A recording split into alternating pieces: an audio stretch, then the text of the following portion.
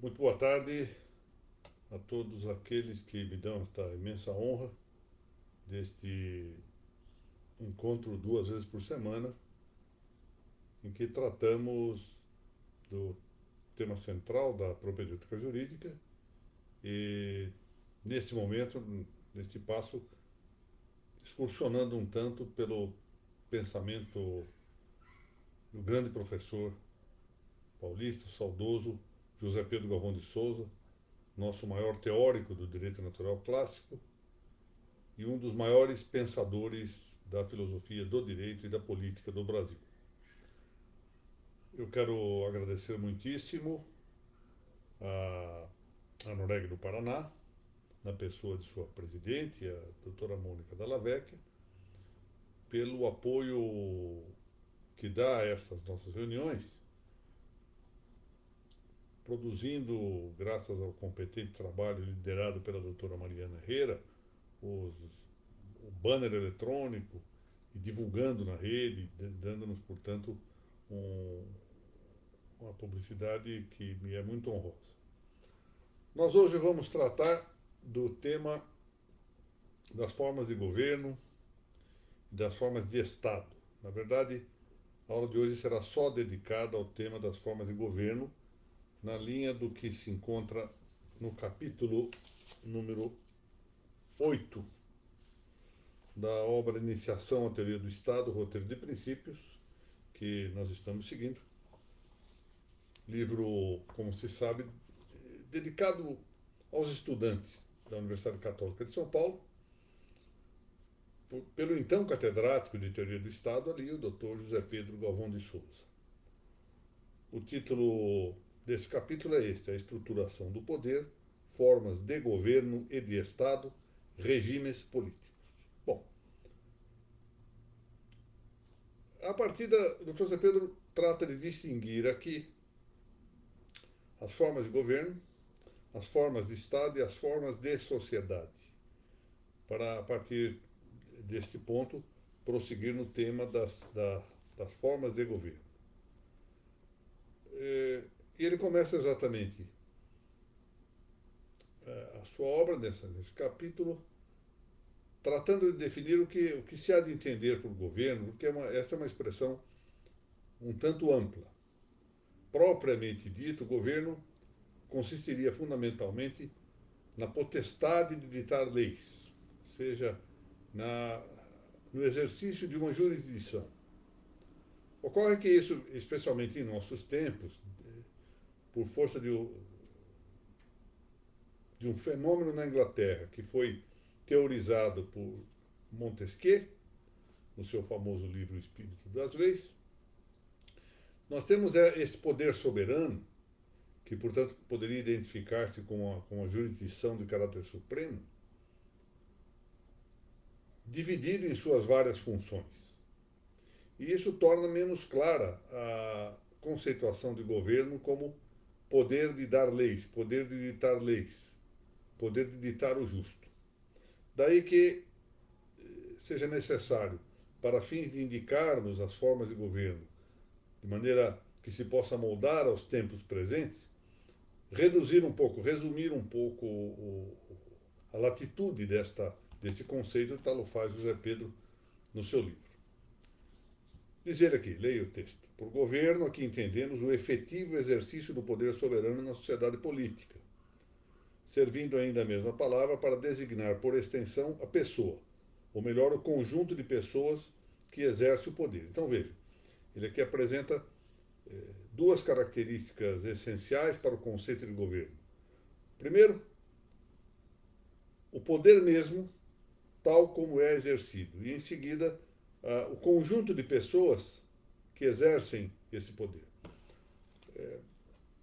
Guido Zanobini, como hão de saber, um grande publicista italiano do século passado, na sua conhecida obra de Tratado de Direito Administrativo, disse que o governo é o conjunto de instituições que concretamente, efetivamente, se organiza para exercitar a potestade do Estado.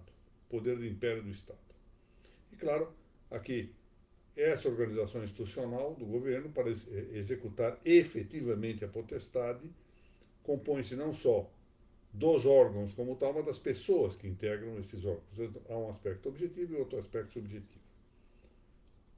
Com que esta conceituação de José Pedro se ajusta exatamente ao conceito de Guido Zanobini.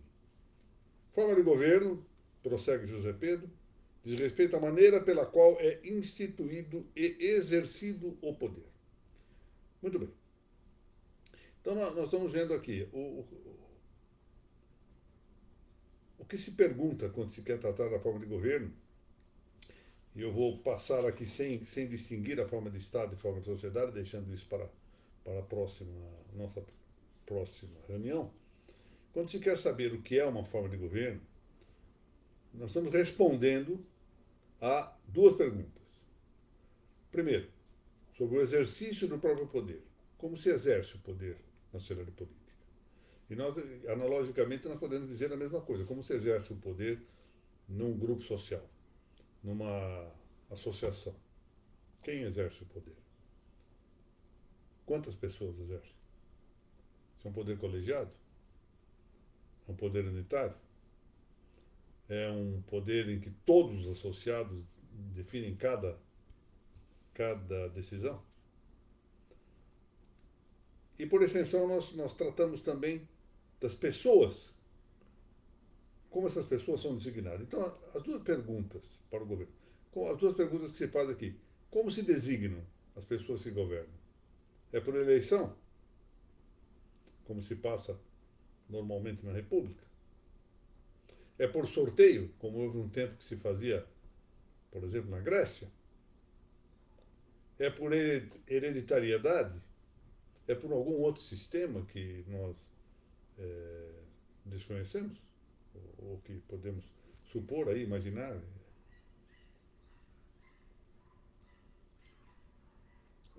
Queria chamar a atenção, em princípio, que esta origem, eu já disse isso em aulas anteriores, essa origem, essa designação, o modo de designação por eleição, por sorteio ou hereditário, são todos modos, em princípio, legítimos.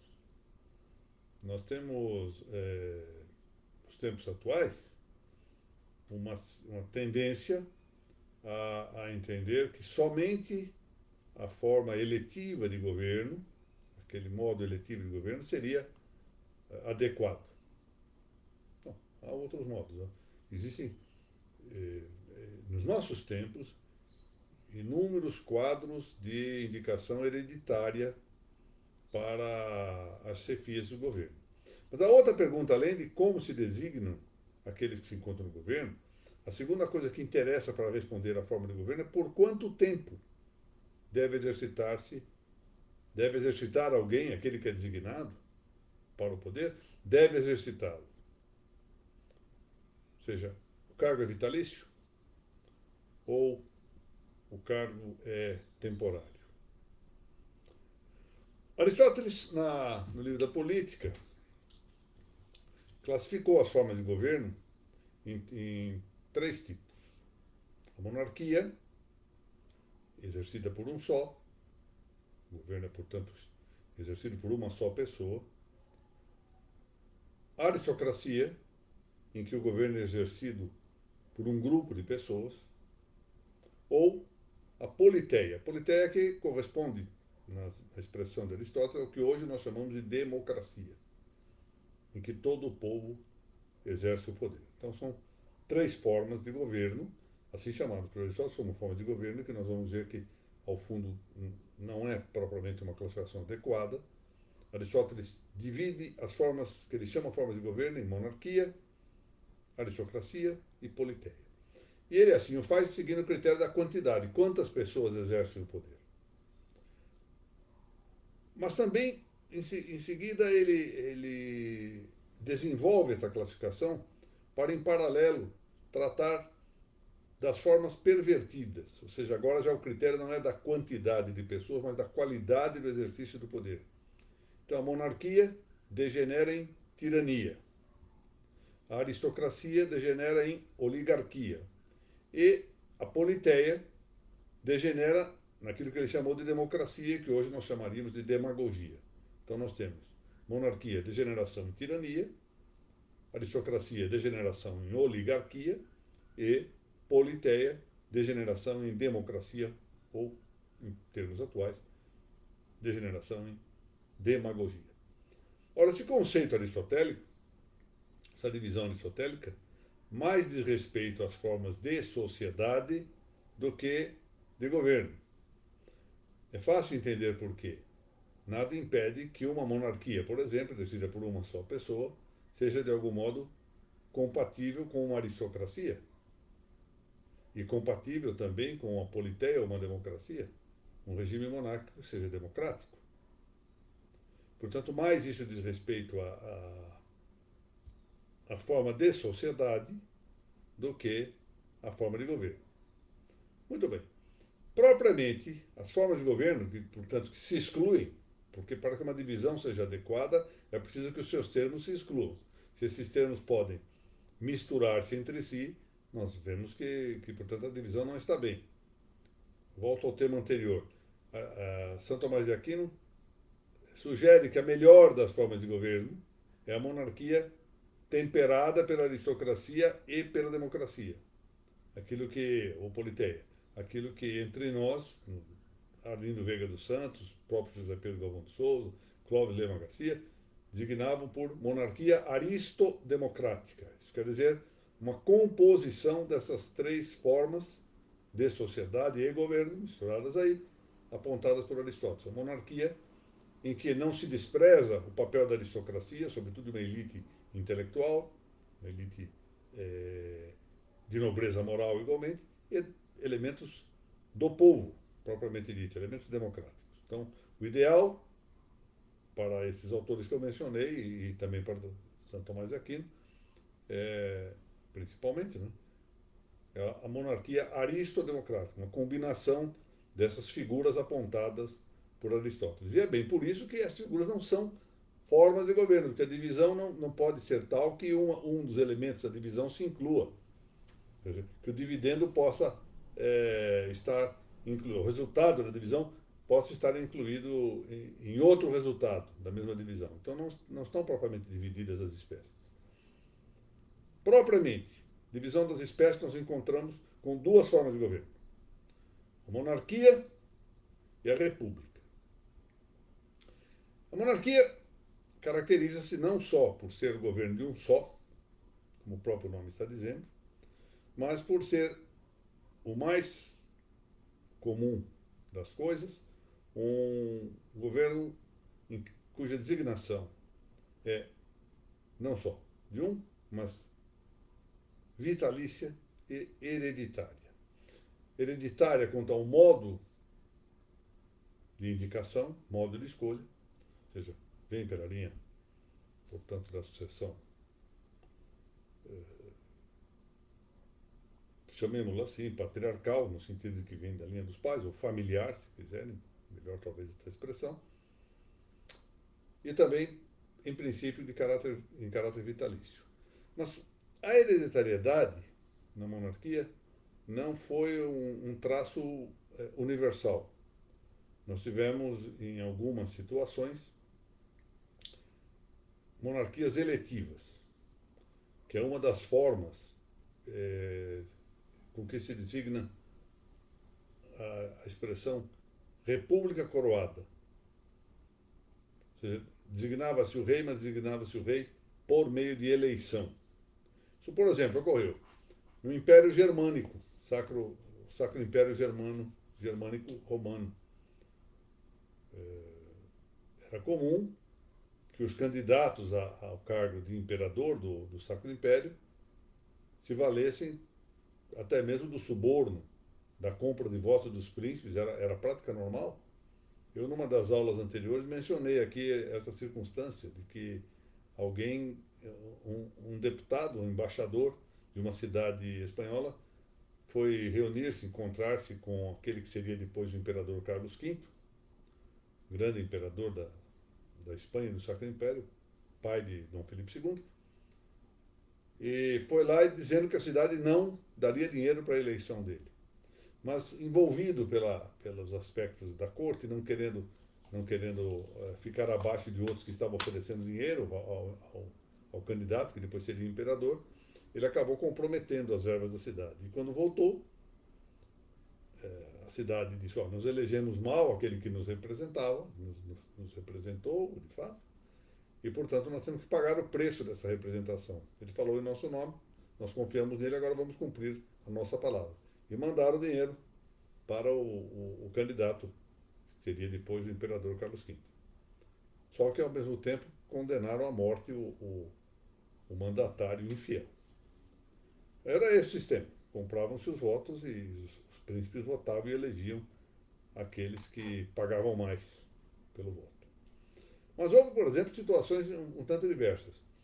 E o que mostra, nós vamos ver um dado histórico que põe à mostra o grave problema que envolve a monarquia eletiva.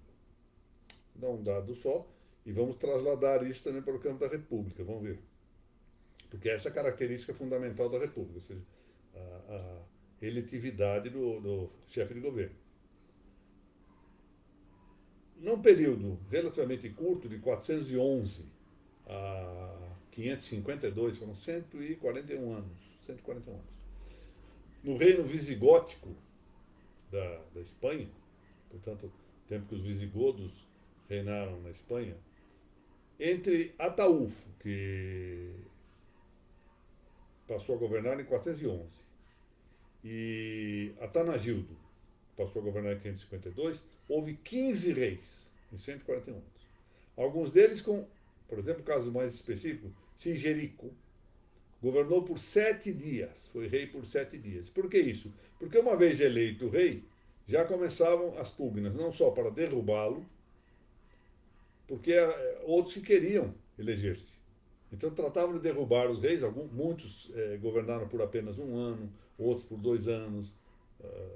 Foi assim o tempo inteiro nessa monarquia eletiva. Muito bem, então esse é um problema das formas eletivas. Seja a monarquia, chamada de república coroada, seja a república propriamente dita. Os presidentes da república se elegem e já tem uma forte oposição daqueles que se preparam para querer o cargo na eleição seguinte, que é uma coisa que não ocorre na monarquia. A monarquia tem lá os seus problemas também, não se imagine que qualquer forma de governo possa ser considerada canônica, santificada, isenta de problemas. Mas ela não tem este, porque se sabe de antemão quem deve ser o rei. E, portanto, não adiantam as tramas ou as sedições que visem a derrubar os presidentes ou os monarcas eletivos. Então, a monarquia hereditária sabe-se perfeitamente quem vai ser o rei. Ou presumivelmente, porque muitos acabam abandonando. Lembra, por exemplo, o episódio da rainha Elizabeth I da Inglaterra, que era a terceira na lista de sucessão. Ninguém lhe dava atenção. O tio dela, que assumiu o governo inglês, o reinado inglês, preferiu casar-se com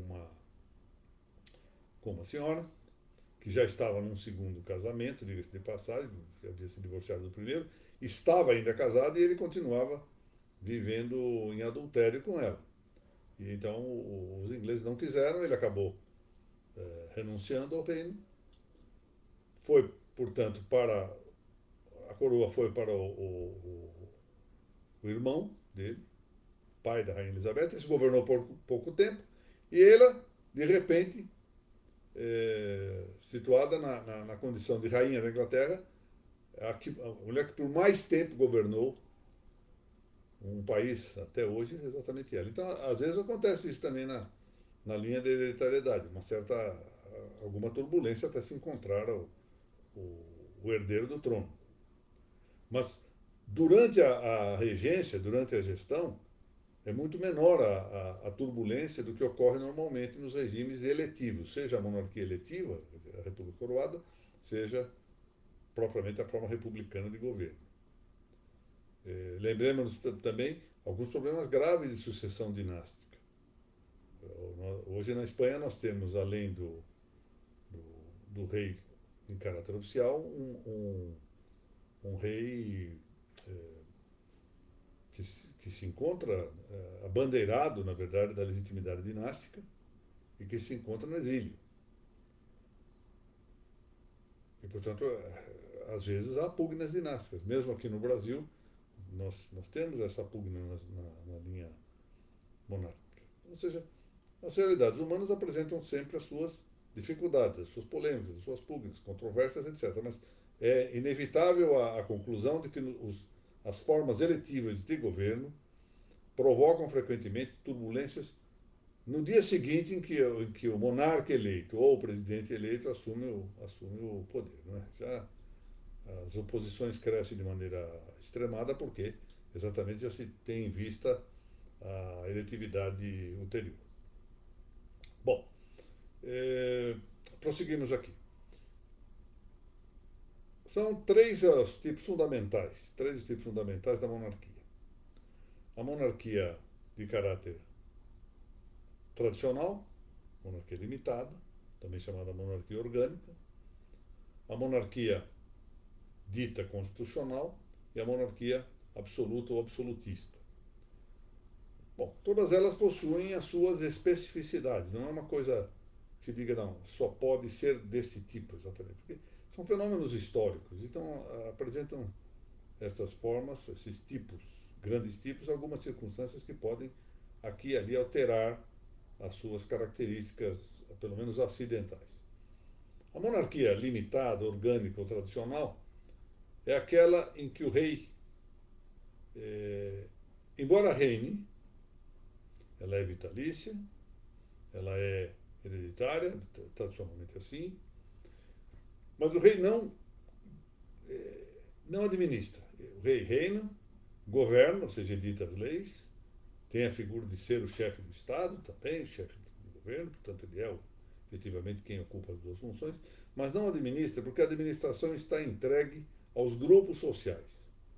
Essa é a grande vantagem da monarquia tradicional, da monarquia orgânica limitada, é que o poder, a potestade, está limitada pelos grupos sociais, pelos fueros, pelos conselhos. Dou-lhes aqui um exemplo.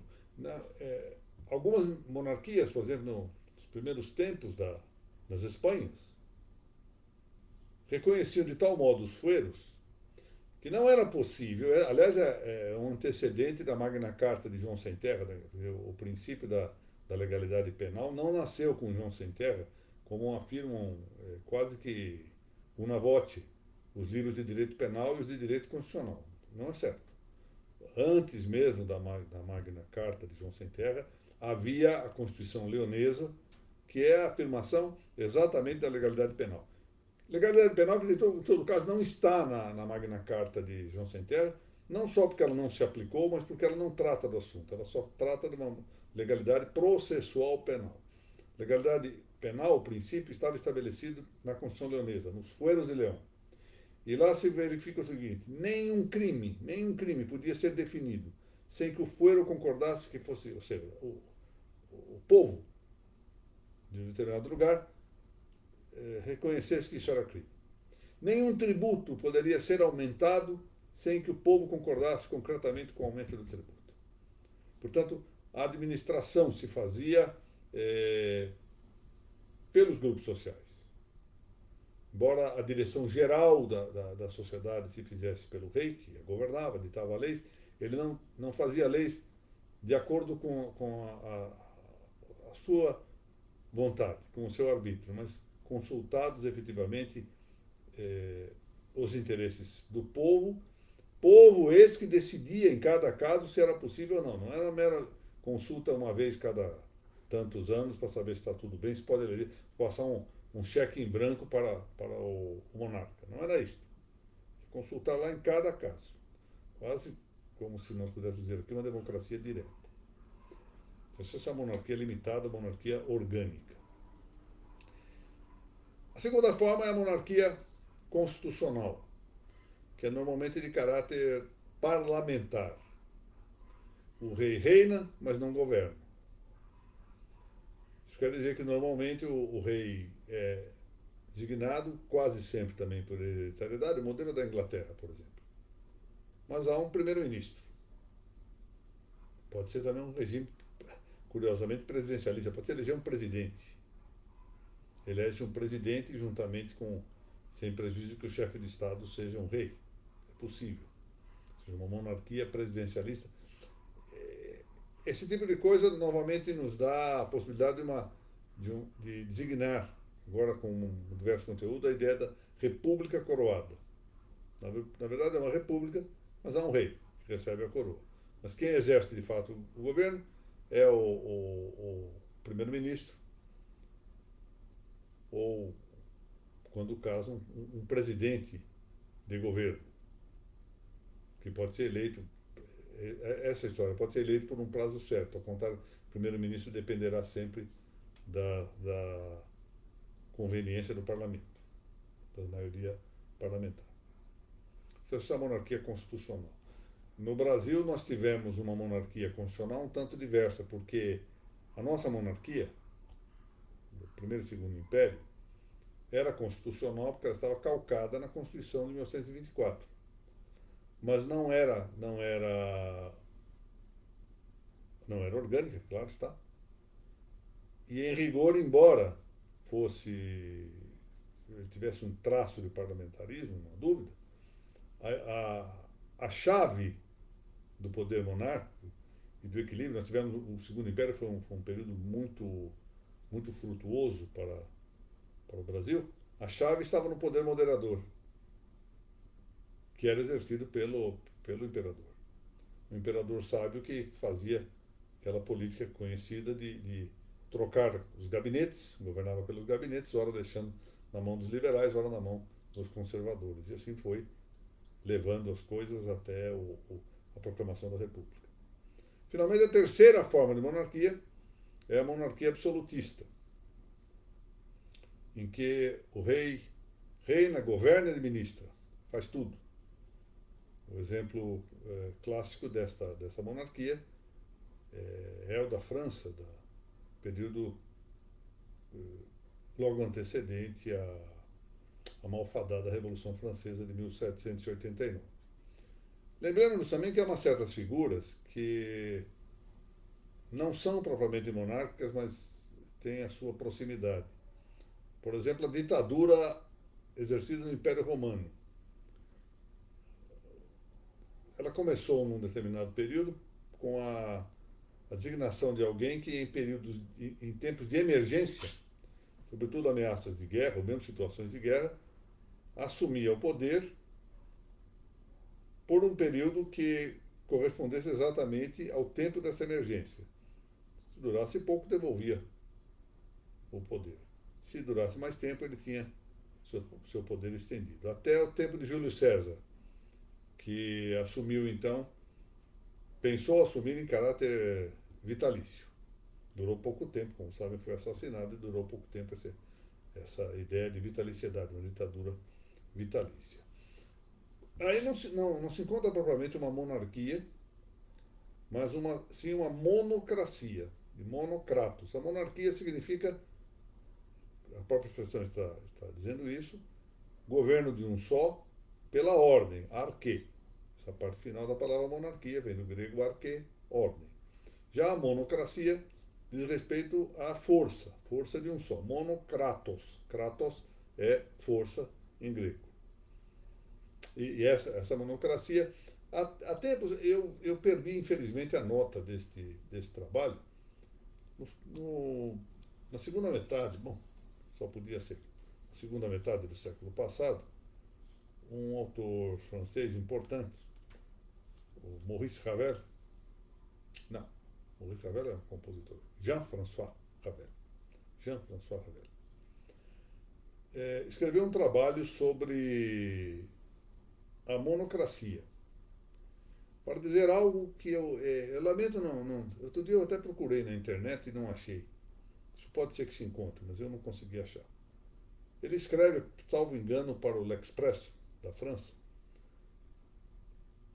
para dizer que, embora, olhem só, hein, isso foi lá acho que meados da década de 80, que embora o autor mais citado em matéria política pela imprensa fosse ainda Karl Marx, Na realidade, o regime mais em vigor em todo o mundo era da monocracia, ainda que sob a forma eh, expressiva, né? Aparente, seja da república, seja da monarquia. Mas era verdadeiramente uma monocracia. De maneira que ele dizia: olha, o autor verdadeiramente que deveria ser citado como indicativo dos regimes de governo que subsistem preponderantemente no mundo contemporâneo, deveria ser não Karl Marx, mas Charles Maurras. Interessante essa observação de Jean-François Revel. Mas, infelizmente, eu não, volto a dizer, não consegui recuperar o texto. Seria importante. Ao longo da vida, a gente vai guardando muita coisa, muito papel, e depois não acha mais isso.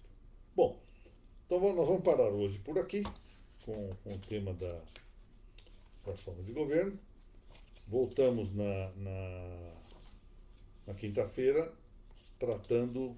Vou voltar novamente ao tema das formas de governo, mas depois vamos já considerar as formas de Estado. Hoje foi um ponto introdutório importante para nós prosseguirmos no exame desse texto de José Pedro, que é muito interessante nesse capítulo das formas de governo e na sequência das formas de Estado.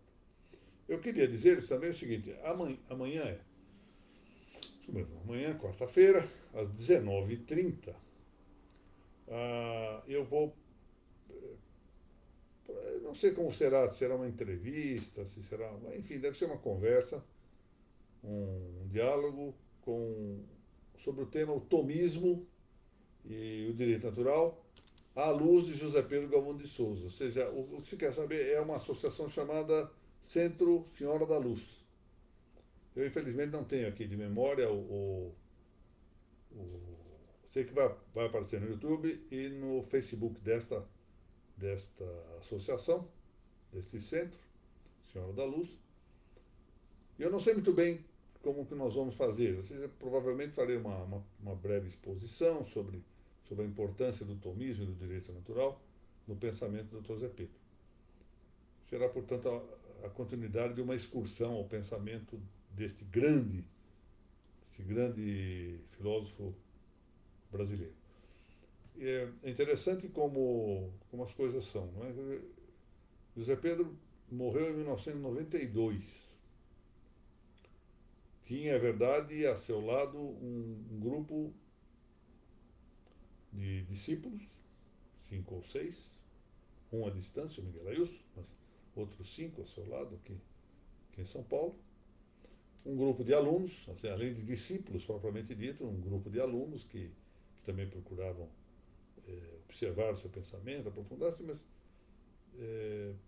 nada que fosse comparável à expressão que ele tem hoje, curiosamente.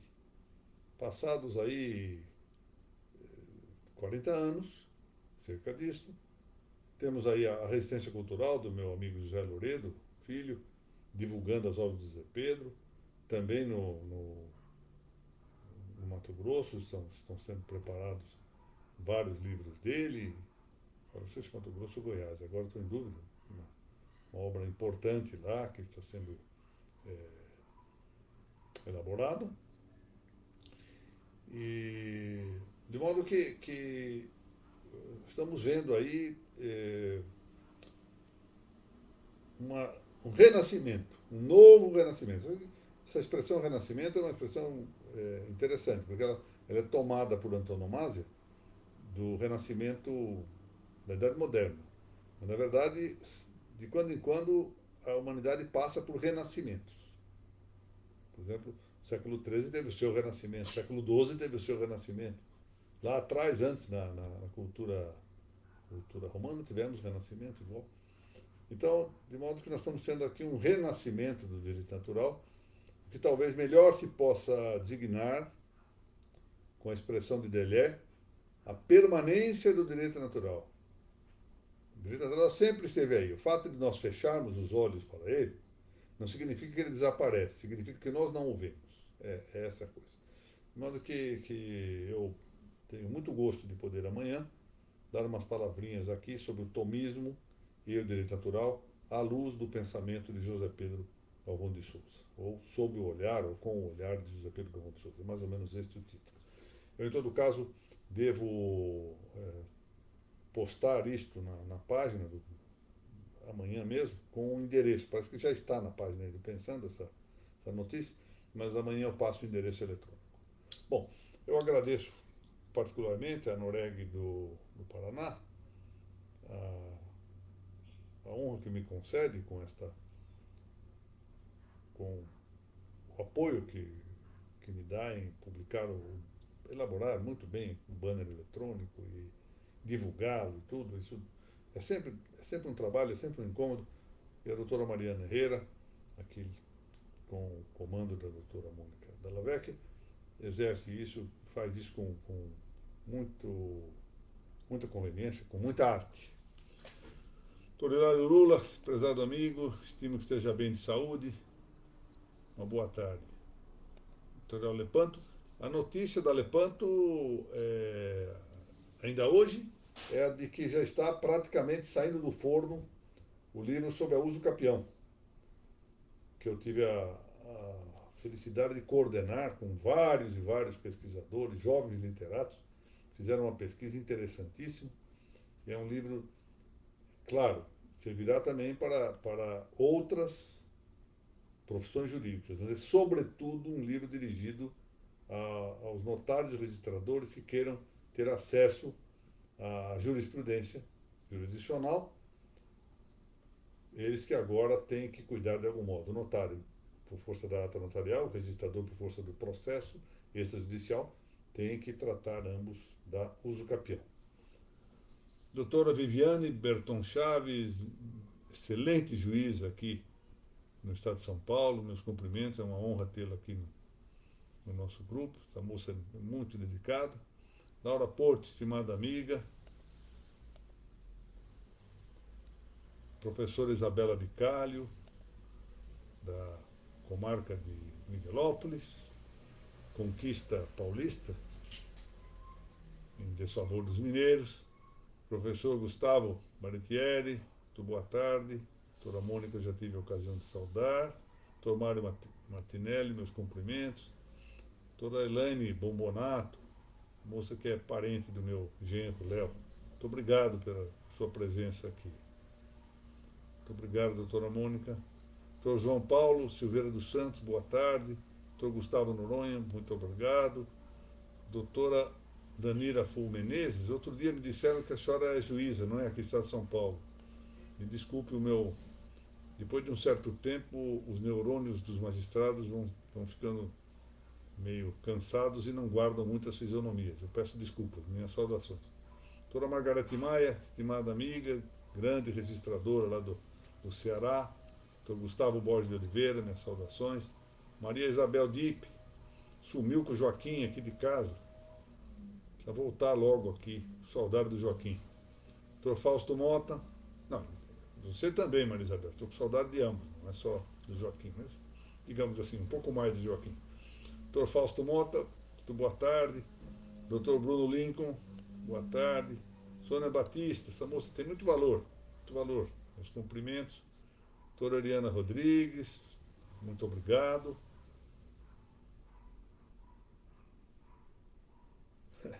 Muito obrigado.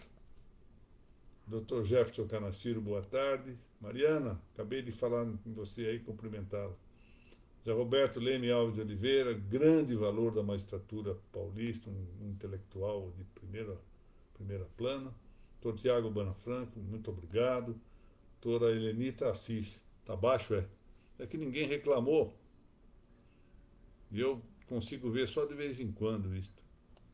Vou aumentar aqui, ver se melhora um pouco, mas já acabou, né? Professora, obrigado, obrigado. Muito bom. Olha, eu agradeço a todos aí a honra desse nosso encontro.